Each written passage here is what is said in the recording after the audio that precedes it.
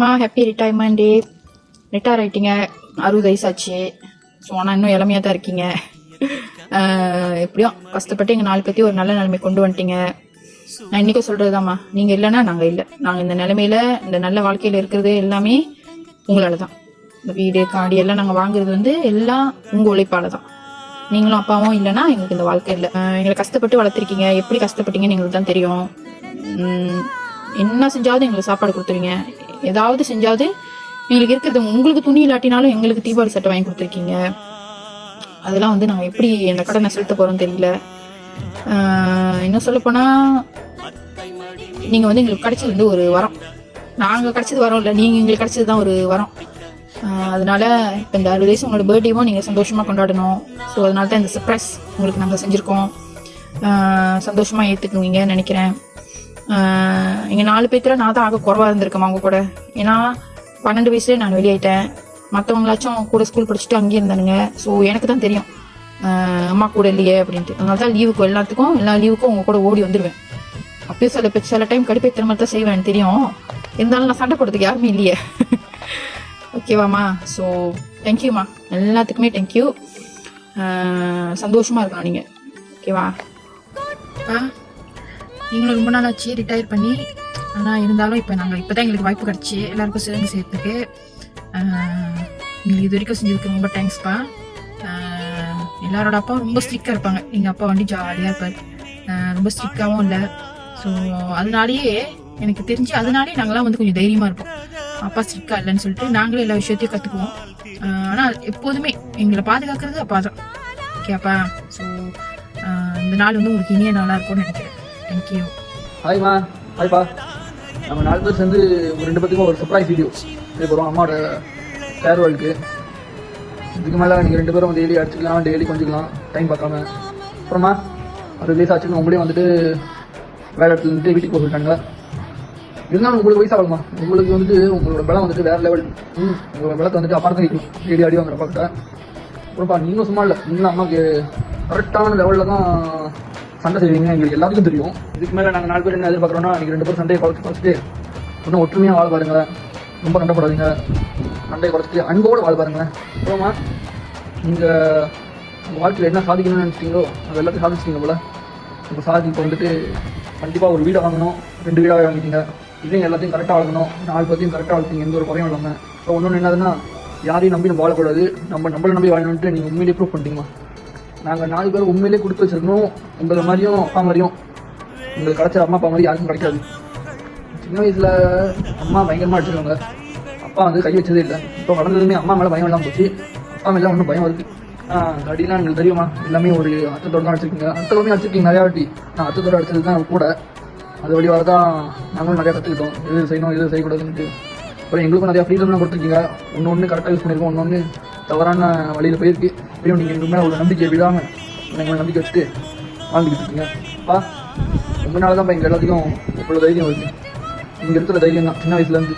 அதுவும் நான் ஏன்னா ரொம்ப எங்கேயோ போயிட்ட சண்டை இருந்து நீங்கள் தான் ஒவ்வொரு வாட்டியும் எங்களுக்கு முக்கியமாக எனக்கு நின்றுருக்கீங்க. ஸ்கூல்லேயும் சரி, வீட்டுக்கிட்டையும் சரி. அதெல்லாம் மறக்க மாட்டேன்ப்பா. இந்த ஆட்டா வீட்டுக்கு போனது, கத்தி எடுத்துக்கு போனது, ஸ்கூலுக்கு வந்தது, செக் அடிக்கிறதுக்கு எதுவுமே மறக்க மாட்டேன். அம்மா தான் ரொம்ப பயப்படுவாங்க. நான் உங்களை மாதிரி ஆயிடுவேன். இதுக்கப்புறமா நீங்கள் எதுக்கும் பயப்பட வேணாமா. இதுக்கப்புறம் நீங்கள் எங்கே போகிறீங்களோ போங்க, எங்கே சுற்ற போகிறீங்களோ சுற்றுங்க. நீங்கள் யாரை பற்றி கவலைப்பட வேணாம். நாங்கள் 4 பேரும் உங்களை பத்திரமா பார்த்துக்குவோம். எந்த ஒரு கொலை வேணாம். உங்களுக்கும்ப்பா. நீங்கள் எங்கே வேணாலும் போங்க.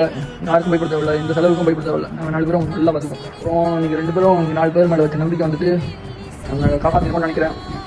இந்த ஒரு இதுக்கும் போகாமல் கரெக்டாக வச்சுக்கிட்டு உங்கள் நம்பிக்கை காப்பாற்றிருப்போம்னு நினைக்கிறேன். வேறு இதுக்கு மேலே என்ன சொல்கிறது தெரியல. Enjoy your life. இதுக்கு மேலே நீங்கள் இன்னும் ஹாப்பியாக இருக்கணும். இருந்ததோட இன்னும் டபுளாக ஹாப்பியாக இருக்கணும். ஓகேம்மா? ஓகேப்பா. Love you both. Enjoy your self. சந்தோஷமாக இருங்க. விடை பெறுகிறேன். உங்கள் லட்சம். Hello, hi. அம்மா அப்பா எல்லா சொத்துக்கும் ஒரே வயசு நான் தான். நல்லா ஞாபகம் படிச்சிங்க. அப்புறம்ப்பா தவசமாக வேலை செஞ்சிட்டீங்க. எங்களை கஷ்டப்பட்டு மாடாக உழைச்சி என்னென்னமோ செஞ்சு எங்களை நிறையா செஞ்சுருக்கீங்க. நீங்கள் ரொம்ப வருஷம் கழிச்சு பென்ஷன் ஆகிட்டீங்க. அப்புறம் எவ்வளோ கஷ்டப்பட்டு எங்களை வளர்த்து எவ்வளோ தான் ஸ்டார்ட் பண்ணி அலுவலில் மீன் பிடிச்சாலும் சரி, அடிக்கா சீனை கற்றுக்கிட்டாலும் சரி, அப்புறம் எங்களை அடிக்காமல் வளர்த்துருக்கீங்க. ரொம்ப நன்றி. அப்புறமா நீங்கள் 60 வயசு வேலை செஞ்சு தான் அவங்களும் நட முடிச்சு வேலை செஞ்சு வேலை செய்வீங்க. சின்ன ஸ்கூலுக்கு அப்புறம் தடிக்காக்கு ட்ரிபிள்ஸ்லாம் அடிச்சு மட்டும் எழுதிட்டு இருக்கீங்க. உங்கள் தேகத்துக்கு அளவே இல்லாமல் போயிடுச்சுன்னா உங்களுக்கு எப்படி நன்றி சொல்கிறது? உங்கள் சொத்து மட்டும் எழுதி வச்சுருக்கேன், அது போதும் எனக்கு. அப்புறம் எப்படி டைம் வேணும், எப்படி டைம் இந்த குப்பையை இங்கே கீழே போட்டுருங்க. குப்பை எல்லாம் குப்பத்தொட்டில் தான் போடணும். இங்கே இருப்பாங்க. நீங்கள் நான் குப்பத்தொட்டில் போடுறேன், கண்டத்தில் போடணும்னா அது காரணம் எங்கள் அம்மா தான். எங்கள் அம்மா அந்த இடத்துல வேலை செய்யறதுனால தான் நான் பொறுப்பாக ஒரு குப்பையாக கண்டத்தில் போடாமல் குப்பத்தொட்டி தேடி போடுவேன். இந்த குப்பையும் நான் கண்டத்தில் போட மாட்டேன். அதே சமயத்தில் இந்த பேசுகிற திறமை, இந்த ஆளுங்கிட்ட என்கேஜ் பண்ணுற திறமை, அதெல்லாம் எங்கள் அம்மா கிட்ட தான் வந்துச்சு. ஸ்கூல் படிக்கிறதுலேருந்து இதெல்லாம் எங்கள் கூட்டி வந்தாங்க. ஸ்கூலுக்கு ஒரு அப்சென்ட் போட மாட்டேன். அடிப்பட்ட அன்றைக்கி கூட ஸ்கூலுக்கு போனேன். எல்லாம் காரணம் எங்கள் அம்மா தான். ஒழுங்காக படிச்சு இப்போ டீச்சர்லாம் பார்த்துட்டு நல்ல பிள்ளைமா அப்படின்னு சொல்கிறாங்கன்னா காரணம் அம்மா. நீங்கள் தான் வரணும். வாழ்த்துக்கள். எப்படி ரிட்டைர்மெண்ட்டு மறக்காமல் உங்களோட ரிட்டைர்மெண்ட் காசு எனக்கு எழுதி வச்சுருங்க. அது எனக்கு தான் வேணும். அதுக்காக தான் வந்தேன். பாய் பா. இங்கே பாருங்க, கிராப்பு, லாலா மூவ், போல்ட்டு வேலை முடிஞ்சவங்க விட ஒன்றும் சன்னாடிக்க நான் செய்வேன். சில பேர்லாம் கேட்பாங்க உன் டயர்டா இல்லையா அப்படின்னு. நான் சொல்லுவேன் நான் ரொம்ப யங்கா இருக்கேன், சீக்கிரம் தூங்குறதுக்கு. அந்த காலத்துல எங்க அப்பா 7 நாளும் வேலை செய்வாங்க வாரத்துல. அப்ப இந்த மாதிரி உழைக்கிறதுக்கு காரணமே நீங்க தான்ப்பா. சோம்பேறியா உட்காரக்கூடாது, ஓய்வு எடுக்கணும்னு உட்காரக்கூடாது, வேலை செஞ்சுக்கிட்டே இருக்கணும். பாலா கிருஜாராஜின்னு பசாபுரம்லாம் போய் கேட்டாலும் சொல்லுவாங்க. இந்த விஷயத்த எனக்கு ஊக்க கொடுத்தது நீங்க தான்ப்பா. அன்னைக்கு நீங்க அந்த மாதிரி உழைக்கலன்னா இன்னைக்கு நானும் சோம்பேறியாட்ட உட்காந்துருப்பேன். நீங்க நான் அவ்வளவு கடுமையா வேலை செய்யறேன்னா அது காரணம் நீங்க தான்ப்பா. தேங்க்ஸ்பா. Happy birthday aunty, happy retirement. 2 பேரும் சந்தோஷமா இருங்க. அம்மாச்சி நீங்க ரிட்டையர் ஆகிட்டீங்க, வீட்டில் ரெஸ்ட் எடுங்க, அழகொழுக்கமா இருங்க. I love you so much தாத்தா, I love you so much. Hello aunty, உங்களோட ரிட்டைர்மெண்ட் டே ஃபைனலி வெயிட் பண்ணிட்டு இருந்த நாள் வந்துருச்சு. ஸோ ஹாப்பி ரிட்டைர்மெண்ட், 60வது பிறந்த நாள் நல்வாழ்த்துக்கு. அதோட சேர்த்து என்ன சொன்னேன்னா, இங்கே ஒரு நல்ல அம்மா, நல்ல மாமியார் இது வரைக்கும் என்னை வந்துட்டு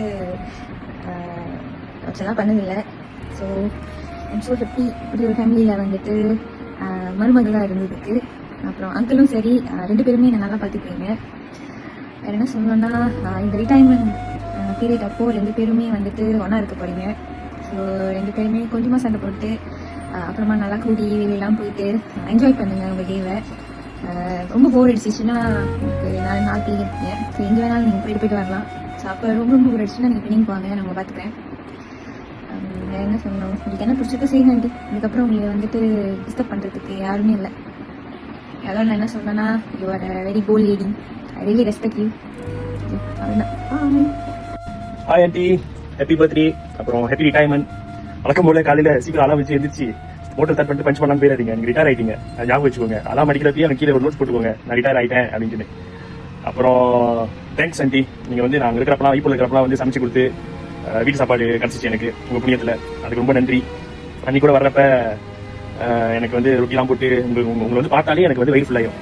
அது கொஞ்சம் ரொட்டிலாம் போட்டு கொடுத்து பழம்லாம் போட்டு கொடுத்து அனுப்புறீங்க. கண்டிப்பாக நீங்கள் யோசிப்பீங்க, அவன் நம்ம வீட்டில் இருக்கிற ஒரு டப்பாவை எடுத்துகிட்டு போனானே, அந்த டப்பாவை என்ன பண்ணியிருப்பான் அப்படின்ட்டு. கவலைப்படாதீங்க, வச்சிருக்கேன். உங்களை பார்க்கறதுக்கு வருவேன், அப்போ நான் வந்து கொடுத்துறேன் உங்கள்கிட்ட. அப்புறம் கேஸ் கூட நீங்கள் சொல்லிட்டு இருந்தான், அந்த மாதிரி இந்த வருஷம் கடைசி கல்யாணம் பண்ணுறேன்னு சொன்னா, அதான் உங்களுக்கு சர்ப்ரைஸ், உங்களுக்கு பர்த்டே சர்ப்ரைஸ்னு சொன்னா. அது என்னன்னு கேட்டுக்கோங்க ஒரு வாட்டி.